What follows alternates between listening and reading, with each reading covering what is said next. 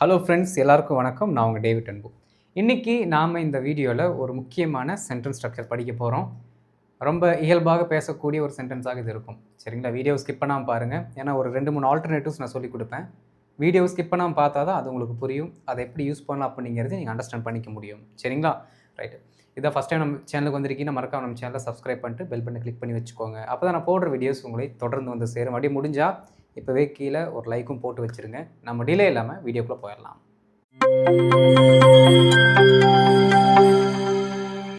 Friends, நம்ம நிறைய நேரங்களில் தமிழில் ஒரு வேலையை நம்ம செஞ்சால் உனக்கு என்ன, அப்படி நான் பண்ணால் உனக்கு என்ன, இப்படி அவங்க பண்ணால் உனக்கு என்ன அப்படின்னு ஒரு கேள்விகளை கேட்போம். அந்த டாப்பிக்கை தான் இன்றைக்கி நம்ம படிக்க போகிறோம். சரிங்களா? இதில் 2-3 ஆல்டர்னேட்டிவ்ஸ் இருக்குது. எதை எங்கே யூஸ் பண்ணணும் அப்படிங்கிறத நான் சொல்லிக் கொடுக்குறேன். கரெக்டாக அதை அந்தந்த இடத்துல யூஸ் பண்ணிங்க அப்படின்னா பர்ஃபெக்டாக இருக்கும். சரிங்களா? ரைட். இந்த உனக்கு என்ன அப்படிங்கிற வார்த்தையை நம்ம 2 இடங்களில் யூஸ் பண்ணுவோம். ஒன்று, யாராவது ஒருத்தரை வாயை அடைக்கணும் அப்படின்னா நம்ம இந்த வார்த்தையை யூஸ் பண்ணுவோம். ஒருத்தர் நம்மகிட்ட கேள்வி கேட்டே இருக்காரு, உனக்கு என்ன உனக்கு என்ன இப்படின்னு ஆட்டிடியூடோட ஒரு கேள்வியை கேட்டோம் அப்படின்னா தன்னை போல் அவங்க என்ன பண்ணிடுவாங்க, அமைதியாகிடுவாங்க. இன்னும் ஒரு சில இடங்களில் நாம் ஒருத்தவங்களுடைய இன்ட்ரெஸ்ட்டை, க்யூரியாசிட்டியை செக் பண்ணுறதுக்காக இந்த கேள்வியை கேட்போம். நாளையிலேருந்து அவங்க வரமாட்டாங்களா அப்படின்னு ஒருத்தர் நம்மகிட்ட கேட்குறான்னு வச்சுக்கோங்களேன்.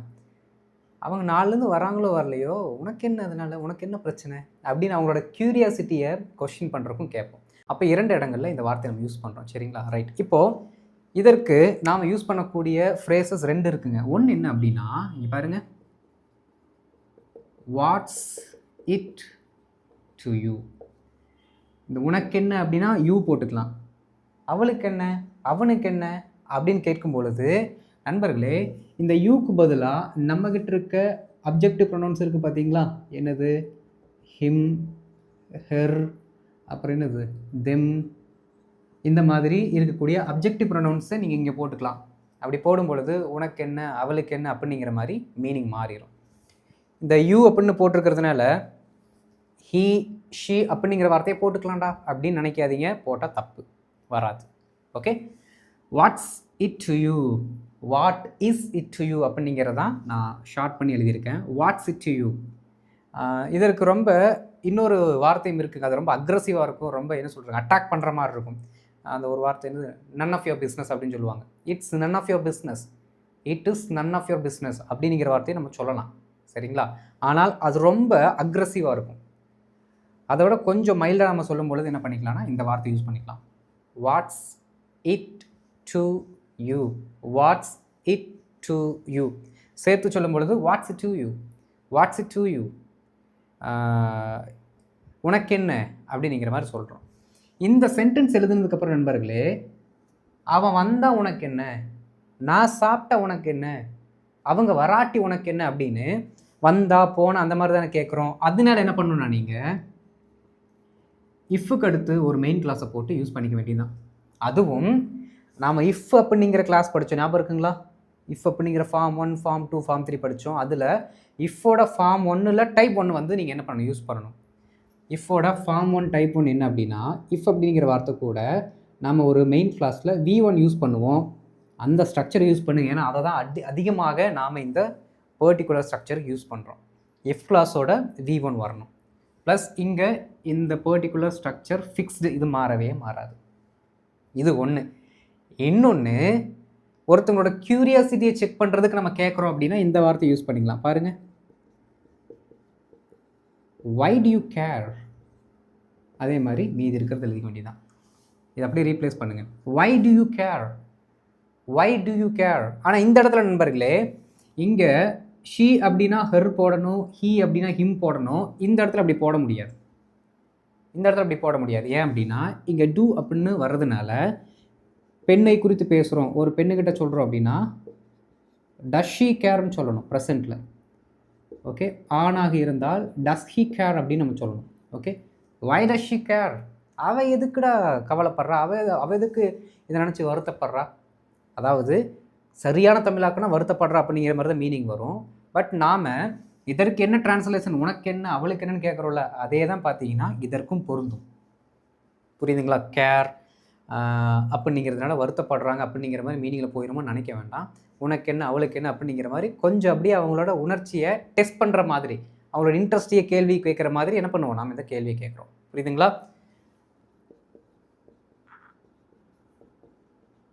ப்ளஸ் அதே இஃப் கூட நம்ம என்ன பண்ணுறோம், ஒரு மெயின் கிளாஸ் V1 போட்டு யூஸ் பண்ணுறோம். இவ்வளோ தான் ஸ்ட்ரக்சர். இதன்படி நாம் ஒரு சென்டென்ஸை கேட்டோம்னா வேலை முடிஞ்சது நண்பர்களே. இந்த பேசிக்ஸ் உங்களுக்கு தெரிஞ்சால் தான் பின்னாடி வரக்கூடிய சென்டென்ஸை என்ன பண்ண முடியும், உங்களால் கன்வெர்ட் பண்ண முடியும். புரியுதுங்களா நண்பர்களே? ரைட். இப்போ என்னென்னா ஒவ்வொரு ஸ்ட்ரக்சருக்கும் நம்ம ஒரு சில எக்ஸாம்பிள்ஸ் பார்க்கலாம். என்னென்ன சென்டென்ஸ் கூட, அதாவது இந்த இஃப் மட்டுமே தான் வருமானு கேட்டால் கிடையாது. நான் ஒரு சில இடங்களை மாற்றி சொல்லி கொடுக்குறேன் எப்படி யூஸ் பண்ணணும் அப்படின்ட்டு. அதன்படி என்ன பண்ணலாம், நாம் இப்போ ஒரு சில எக்ஸாம்பிள்ஸை ட்ரை பண்ணலாம். ஓகே, இப்போ நம்ம அடுத்த ஸ்லைடுக்கு போயிடலாம்.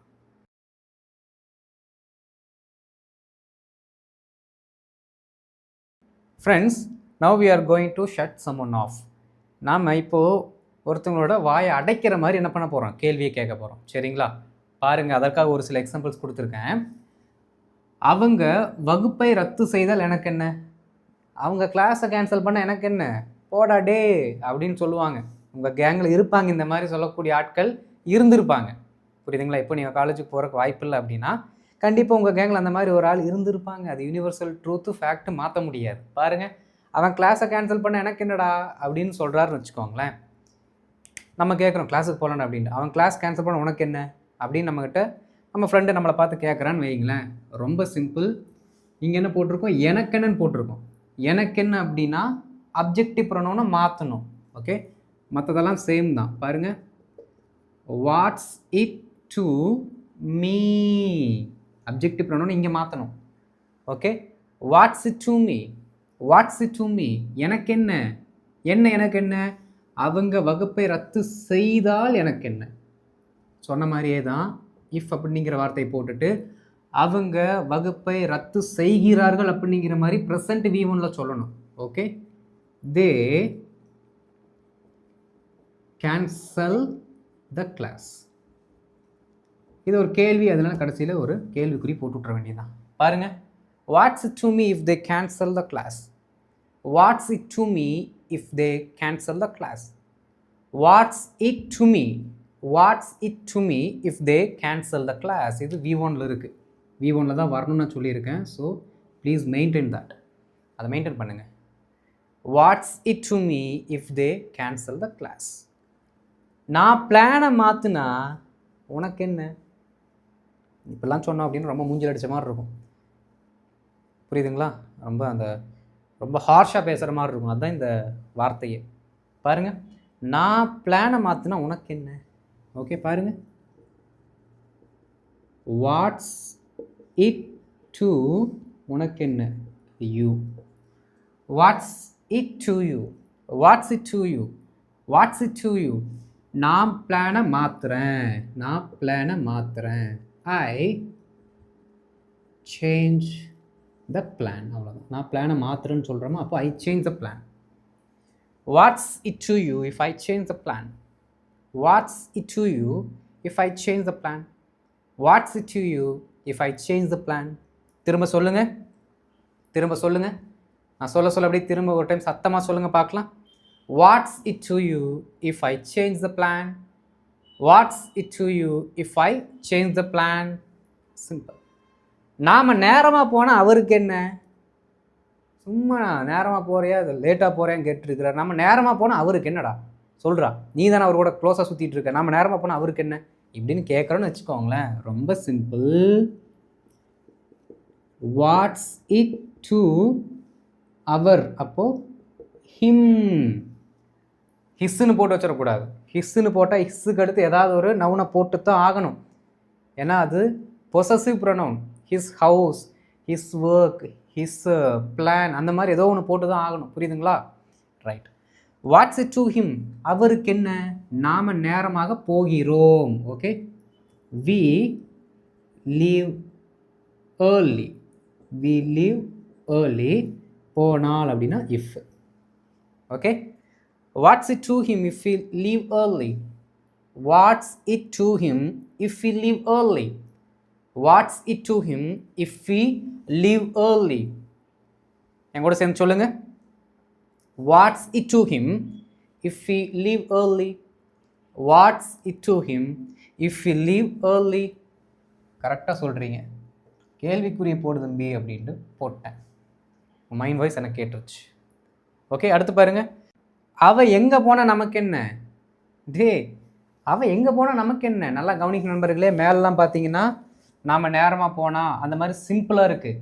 இங்கே எங்கே போனால் அப்படிங்கிற இன்னொரு கேள்வி வார்த்தையும் போடுறோம். நமக்கு என்ன அப்படிங்கிறது ஒரு கேள்வி, எங்கே அப்படிங்கிறது இன்னொரு கேள்வி. ரொம்ப ஈஸி. சரி, யாரை பற்றி பேசுகிறோம்? அவளுங்களா? பாருங்க. What's it to us? What's it to us? What's it to as? நமக்கு என்ன? அவள் எங்கே போனால் நமக்கு என்ன? எங்கே போனால் நமக்கு என்ன? இஃபுக்கு பதிலாக எங்கே அப்படிங்கிறது என்னது? வேறுங்களா? அதை தான் போட போகிறோம். இஃபுக்கு அடுத்து நம்ம என்ன பண்ணோம்? ஒரு சப்ஜெக்டை போட்டு ஒரு மெயின் கிளாஸாக கொண்டு வந்தோம். அதே தான் இந்த வேர் அப்படிங்கிற வார்த்தைக்கு அடுத்தும் சப்ஜெக்டை தான் போடணும்.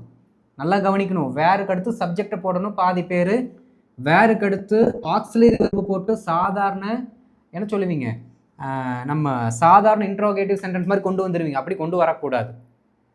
இந்த வேராக இருக்கட்டும், வென்னாக இருக்கட்டும், இந்த மாதிரி கேள்வியினுடைய வார்த்தைகள் சென்டென்ஸோட நடுவில் வந்தால் இதற்கு அடுத்து சப்ஜெக்ட் தான் வரணும். புரியுதுங்களா? ரைட். இந்த அண்டர்ஸ்டாண்டிங்லாம் உங்களுக்கு இருக்கணும். அப்போ தான் உங்களால் பேச முடியும். அவள் எங்கே போனால் நமக்கு என்ன? அப்போது வேர் ஷீ கோஸ்ன்னு சொன்னால் வேலை முடிஞ்சுது. ஓகே, ஷீ சிம்பிள் ப்ரெசண்ட்டில் V1க்கு ஷீக்கு அடுத்து வரக்கூடிய அந்த பர்டிகுலர் V1க்கு இஎஸ் சேர்க்கணும். சேர்த்தியாச்சு. வாட்ஸ் எப்படி? What's it to us where she goes? இன்னும் கரெக்டாக சொல்லலாம். ஒரு சிலர் என்ன சொல்லலாம், வேர் எவர் ஷீ கோஸ்ன்னு சொல்லுவாங்க. அதை விட என்ன சொல்லலாம், வேர் அப்படிங்கிறதே கரெக்டு தான். வேர் எவர்ங்கிறது தேவையில்லை. அவள் எங்கே போனால் நமக்கு என்ன? What's to us where she goes? What's it to us? What's it to us where she goes? What's it to us where she goes? Okay, முதலாளி என்ன சொன்னால் நமக்கு என்ன? இந்த காதில் வாங்கி அந்த காதெல்லாம் தள்ளக்கூடாது நண்பா. இந்த காதிலே வாங்கக்கூடாது. இந்த காதில் வாங்கி எதுக்கு அந்த காதில் தள்ளிட்டு இந்த காதிலே வாங்காத, விட்டுரு. ஓகே, முதலாளி என்ன சொன்னால் நமக்கு என்ன? பாருங்க, அதே தான். வாட்ஸ் இட் டு அஸ் என்ன? அப்போ வாட் த பாஸ் சேஸ். அவ்வளோதான். What's it to us what the boss says. முதலாளி சொன்னால், முதலாளி என்ன சொன்னால் நமக்கு என்ன? What's it to us what the boss says. What's it to us what the boss says. இங்கேயும் அதே மாதிரி தான் பாருங்கள். பாஸுக்கு அடுத்து வரக்கூடிய அந்த பர்டிகுலர் V1ல எஸ் சேர்த்தியாச்சு. What's to us what the boss says. What's to us what's to us what the boss chase. ரொம்ப சிம்பிள். புரியுது நண்பர்களே? ரைட். இப்போது ஒருத்தங்களை வாயை அடைக்கிற மாதிரி கொஞ்சம் அக்ரஸிவாக கேள்வி கேட்டு பழகியாச்சு. அடுத்த ஸ்லைடில் ஒருத்தங்களோட இன்ட்ரெஸ்ட்டை, க்யூரியாசிட்டியை டெஸ்ட் பண்ணுற மாதிரி கேள்வி கேட்குற மாதிரி ஒரு சில எக்ஸாம்பிள்ஸ் பார்க்கலாம்.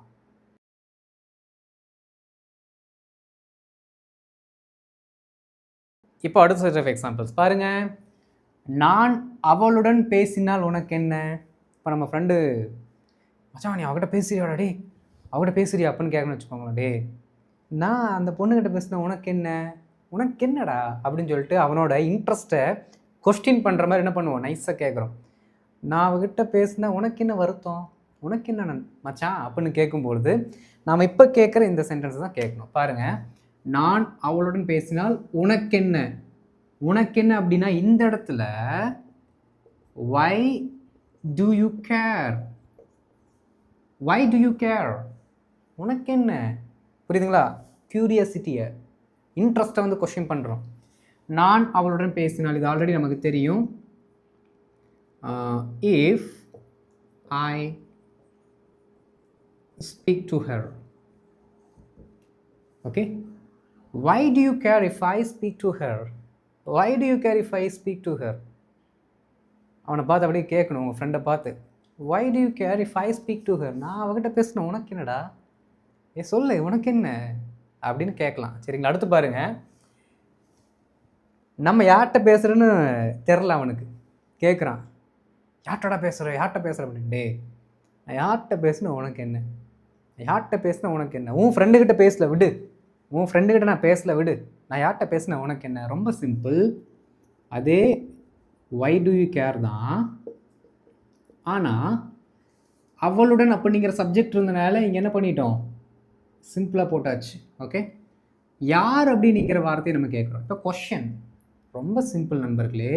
ஹூ அப்படிங்கிற வார்த்தையை போட்டுருங்க, மறுபடியும் ஒரு சப்ஜெக்ட் வரணும். ஹூ ஐ டாக் டு அப்படின்னு சொல்லி முடிக்கணும். ஹூ ஐ டாக்னு சொன்னால் பத்தாது, யார் இடம் அப்படின்னு சொல்லும் பொழுது டாக் எடுத்து டூ வரணும். டாக் டு கேள்வியாக கேட்கும் பொழுது நான் யார்கிட்ட பேசினேன் உனக்கு என்ன. Why do you care who I talk to.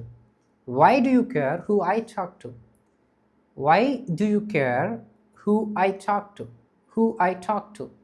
ஒரு சிலர் பார்த்தீங்கன்னா ரொம்ப அக்ரெசிவாக என்ன கேட்பாங்க, எப்படின்னா நான் அவகிட்ட பேசினேன் உனக்கு என்ன பிரச்சனை. இதெல்லாம் சண்டைக்கு போகிற சென்டென்ஸு. எப்படி சண்டைக்கு போகிற சென்டென்ஸு. நான் அவகிட்ட பேசினா உனக்கு என்னடா பிரச்சனை அப்படின்னு கேட்குறாங்கன்னு வச்சுக்கோங்களேன், இல்லை கேட்கணும்னு வச்சுக்கோங்க. நான் அங்கே போனால் உனக்கு என்ன பிரச்சனை, நான் இந்த வண்டி எடுத்த உனக்கு என்ன பிரச்சனை, இந்த சட்டையை போட்டால் உனக்கு என்ன பிரச்சனை அப்படின்னா, முன்னாடி இந்த வை டு யூ கேர்ன்னு இருக்குல்ல, அதுக்கு பதிலாக வாட் இஸ் யுவர் ப்ராப்ளம்னு கேட்டிங்கன்னா வேலை முடிஞ்சுது. இதை மட்டும் மாற்றணும். What is your problem if I speak to her. அந்த பொண்ணுக்கிட்ட பேசினா உனக்கு என்னடா problem, what is your problem if I talk to her. புரியுதுங்களா? நிறைய ஆல்டர்னேட்டிவ்ஸ் இருக்குது. இதெல்லாம் கொஞ்சம் கொஞ்சமாக நோட் பண்ணி வச்சு ப்ராக்டிஸ் பண்ணுங்கள். அடுத்து பாருங்கள், அவன் எவ்வளவு சம்பாதிச்சா அவங்களுக்கு என்ன. இப்போ என்ன பண்ணுறோம் அப்படின்னா, கோவமாக கேட்காம கொஞ்சம் அப்படியே க்யூரியாசிட்டியோட இன்ட்ரெஸ்ட்டு, இவன் இவ்வளோ சம்பாதிச்சா சரி அவன் எவ்வளோ சம்பாதிச்சா அவங்களுக்கு என்ன, பொண்ணு தான் பார்த்து கட்டி வைக்க போகிறாங்களா, அவங்களுக்கு என்ன அப்படின்னு நம்ம கேள்வி கேட்குறோன்னு வச்சுக்கோங்களேன். அவன் எவ்வளோ சம்பாதிச்சா அவங்களுக்கு என்ன. கோவமாக கேட்டிங்கன்னா வாட் இஸ் தேர் ப்ராப்ளம்னு கேட்டு போயிடலாம். ஓகே, ஆனால் இங்கே நம்ம க்யூரியாசிட்டியை கொஸ்டின் பண்ணுறோம். Why do they care, why do they care, அவங்களுக்கு அவன் எவ்வளோ சம்பாதிச்சான்னு இருக்குங்களா. அப்போது ஹவு மச் அப்படிங்கிற வார்த்தையை கேட்கணும். How much he earns. Okay, he அப்படிங்கிறது first person, second person, third பர்சனுக்கு கீழே வரக்கூடிய சிங்குலர். ஹீ ஷி இட்டு, அதனால V1 கூட எஸ். போன ஸ்லைடில் நம்ம பார்த்தோம் பாருங்கள். Why do they care how much he earns. Why do they care how much he earns. Why do they care how much he earns. How much அப்படிங்கிற வார்த்தைக்கு அடுத்து சப்ஜெக்ட் வந்துருச்சு. ஏன்னா இதற்கடுத்து நாம் ஒரு மெயின் கிளாஸ் கொண்டு வந்திருக்கோம். அதெல்லாம் மறக்கக்கூடாது நண்பர்களே. என்ன தான் நான் தலைகீழாக நின்று உசுரை கொடுத்து பண்ணாதீங்கன்னு சொன்னாலும் பண்ணுவீங்க. அதுதான் அல்டிமேட்டு. கண்டிப்பாக பண்ணுவீங்க. ஏன்னா ரியல் டைம் கம்யூனிகேஷனில் மைண்டுக்கெல்லாம் வராது. 2-3 டைம் 4-5 டைம் தப்பு பண்ணணும். பண்ணாதான் அந்த தப்பை நம்ம மாற்றணுண்டா அப்படின்னு உங்களுக்கு நீங்களே அந்த செல்ஃப் ரியலைசேஷன் வரும். சரிங்களா? என்னால் முடிஞ்ச அளவுக்கு பண்ணாதீங்கன்னு சொல்லுவேன். பட் நீங்கள் ப்ராக்டிக்கலாக தப்பு பண்ணும்போது தான் கற்றுக்குவீங்க. சரி நண்பர்களே, ரைட். பாருங்கள், அடுத்து அவள் என்ன வாங்கினா நமக்கு என்ன. இப்போ நம்ம டீமில் சொல்கிறான், அவள் சூப்பராக மாடர்னாக சூப்பர் திங்ஸாக வாங்குவாள். இப்போ உங்கள் ஃப்ரெண்ட்ஸுக்கிட்ட நீ பேசுன்னு வச்சுக்கோங்களேன், கேர்ள்ஸ் எல்லாம் பேசுகிறீங்க, அவள் என்ன வாங்குறான்னு பாருடி, அவள் சூப்பரான திங்ஸ் வாங்குவா அப்படின்னு சொல்லும்பொழுது நம்ம ஃப்ரெண்ட் சொல்கிறான், நீ தான் அவளை காப்பி அடிக்க மாட்டியே, அவள் என்ன வாங்கினா உனக்கு என்ன, அவள் என்ன வாங்கினா உனக்கு என்ன அப்படின்னு நம்ம கேட்குறோன்னு வச்சுக்கோங்களேன். பாருங்க, நமக்கு என்ன அப்படின்னா why do we care. Why do we care, அவள் என்ன வாங்கினா. அப்போது வாட் ஷீ பைஸ். அவள் கார் வாங்கினா நமக்கு என்ன அப்படின்னு சொன்னோம் அப்படின்னா if she buys a car. ஏன்னா என்ன பொருளை வாங்குறோன்னு சொல்லியாச்சு, இங்கே என்ன வாங்குறாங்கன்னு நம்ம சொல்லலை, அதனால வாட் அப்படிங்கிற வார்த்தை. ஓகே, பாருங்க, why do we care what she buys. Why do we care what she buys. Why do we care what she buys. அவள் என்ன வாங்கினா நமக்கு என்ன. ஓகே, நாம் எங்கே வேலை செஞ்சால் சொந்தக்காரங்களுக்கு என்ன, நாம் எங்கே வேலை செஞ்சால் சொந்தக்காரங்களுக்கு என்ன. 3 ஆங்கிள்லையும் கேட்கலாம். அவங்களோட வாய் அடைக்கிற மாதிரியும் கேட்கலாம், அவங்களுக்கு என்னடா பிரச்சனை அப்படின்னு கேட்கலாம், நாம் எங்கே வேலை செஞ்சால் அவங்களுக்கு என்ன அப்படின்னு ஒரு கேள்வியாக இந்த மாதிரி அவங்களுக்கு என்னடா வருத்தம். அவங்களுக்கு இன்னும் கரெக்டாக சொல்லப்போன நண்பர்களே, ரொம்ப என்ன சொல்கிறதுங்க, டீசெண்டாக நம்ம நடத்திட்டு இருக்கிறதுனால நிறைய வார்த்தைகள் நான் அவாய்ட் பண்ணிடுறேன். இல்லாட்டி அதையும் கூட சொல்லலாம். அவனுக்கு எங்கடா வலிக்குது அப்படிலாம் சொல்லுவாங்க பார்த்தீங்களா, அதை தான் நம்ம இங்கேயும் சொல்லிக்கலாம். அவங்களுக்கு எங்கே என்ன சொல்கிறது பெயின் ஆகுது அப்படிங்கிற மாதிரி சொல்லுவாங்க பார்த்தீங்களா, அதான் அவங்களுக்கு என்னடா வருத்தம் அப்படிங்கிறது கூட நம்ம என்ன பண்ணோன்னா இதை மீன் பண்ணலாம். ஓகே, நாம் எங்கே வேலை செஞ்சால் சொந்தக்காரங்களுக்கு என்ன. புரியுது நண்பர்களே? இது எல்லாத்தோட மீனிங்கில் தான் நம்ம இந்த வார்த்தைகளை படிக்கிறோம். புரியுதுங்களா? நிறைய சொல்லலாங்க, ஆனால் அதெல்லாம் கொஞ்சம் அன்பார்லிமெண்ட்ரியாக போயிடும். அதனால் நான் இங்கே ஸ்டாப் பண்ணிக்கிறேன். நாம் எங்கே வேலை செஞ்சால் சொந்தக்காரங்களுக்கு என்ன பாருங்கள். why do the relatives care? நாம் எங்கே வேலை செஞ்சோம் அப்படின்னா where we work. Why do the relatives care where we work? Why do the relatives care where we work? Why do the relatives care where we work? மறுபடியும் என் கூட சேர்ந்து 2 time சொல்லுங்கள். First time சொல்லலாமா? வாங்க. Why do the relatives care where we work? Second time.